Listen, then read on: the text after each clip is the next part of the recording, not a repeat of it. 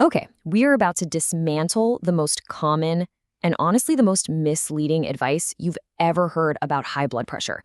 We're going straight to the core of this, and I promise what we're about to uncover is going to challenge pretty much everything you think you know. Yes, you see that right. The idea that you just need to cut back on salt to fix your blood pressure, that is single-handedly the worst piece of advice out there. It gets everything completely backward because it fundamentally misunderstands how our bodies are designed to work. So, to really get why that advice is so incredibly wrong, we first need to appreciate the body's amazingly smart, built in system for managing salt. It's called pressure natriuresis. Now, don't get hung up on the fancy name. The concept is actually pretty simple. When your blood pressure goes up, even a little bit, your kidneys automatically kick in and flush out more salt and water. And what happens then? Your pressure comes right back down. It's this beautiful, elegant, self-regulating loop. And listen, this isn't just some minor feature. The Journal of Physiology itself calls this system uniquely powerful. So here's the crucial takeaway.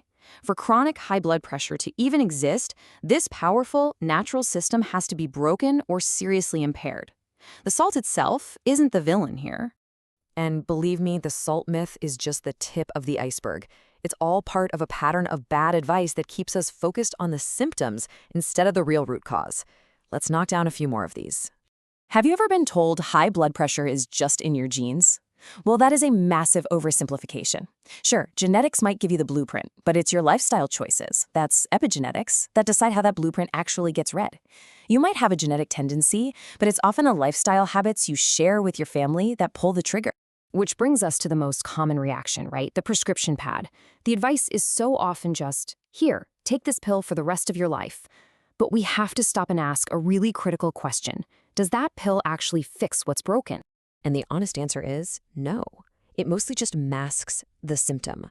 Look, getting that number on the blood pressure cuff to go down, it feels like a win, but it doesn't do anything to address why your body is creating that high pressure in the first place.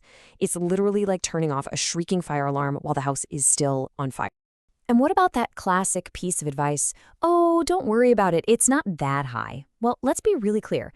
Anything over 130 is already considered stage 1 hypertension.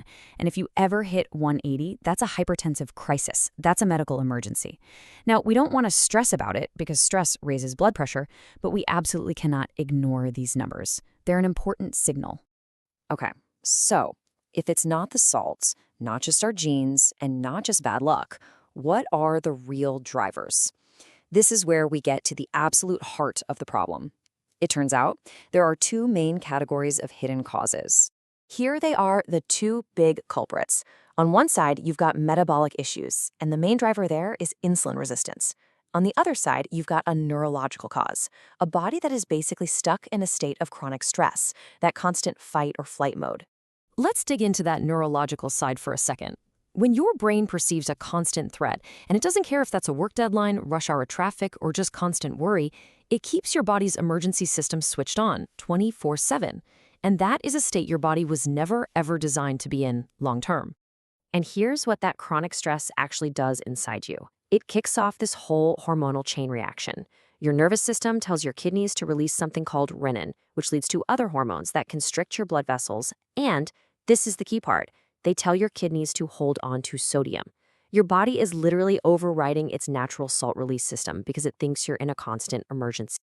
And this brings us to a really fundamental shift in how we look at this. High blood pressure isn't some random mistake. Your body isn't stupid. It's almost always a logical, calculated response to the signals it's getting from you. Think about it this way.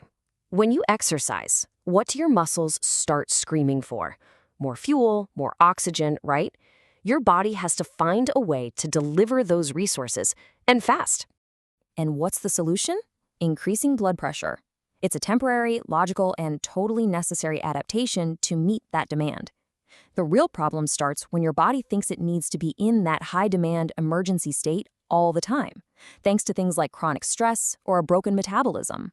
So this is the bottom line. Salt only becomes a problem when your regulatory system is already broken.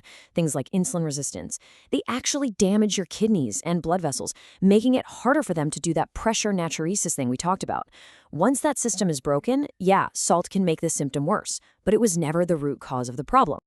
So after taking apart all this common advice, what is this single most important lesson that we should all walk away with? It's about completely reframing how we see this entire condition. This is the new perspective. High blood pressure isn't a disease you get. It is feedback. It's the check engine light flashing on your car's dashboard. It's a signal that something deeper, either in your metabolism or your nervous system, is off. It's a message from your body, and it's asking you to pay attention. So the final takeaway is this. We have to stop focusing all our energy on just silencing the alarm with low-salt diets or pills. It is time to find and put out the actual fire. If you want to master your health by understanding how your body actually works, make sure you subscribe and turn on those notifications. You are not going to want to miss our next deep dive. And finally, we want to hear from you. What's that one complex health topic that just has you confused? What should we break down in our next explainer? Let us know in the comments below.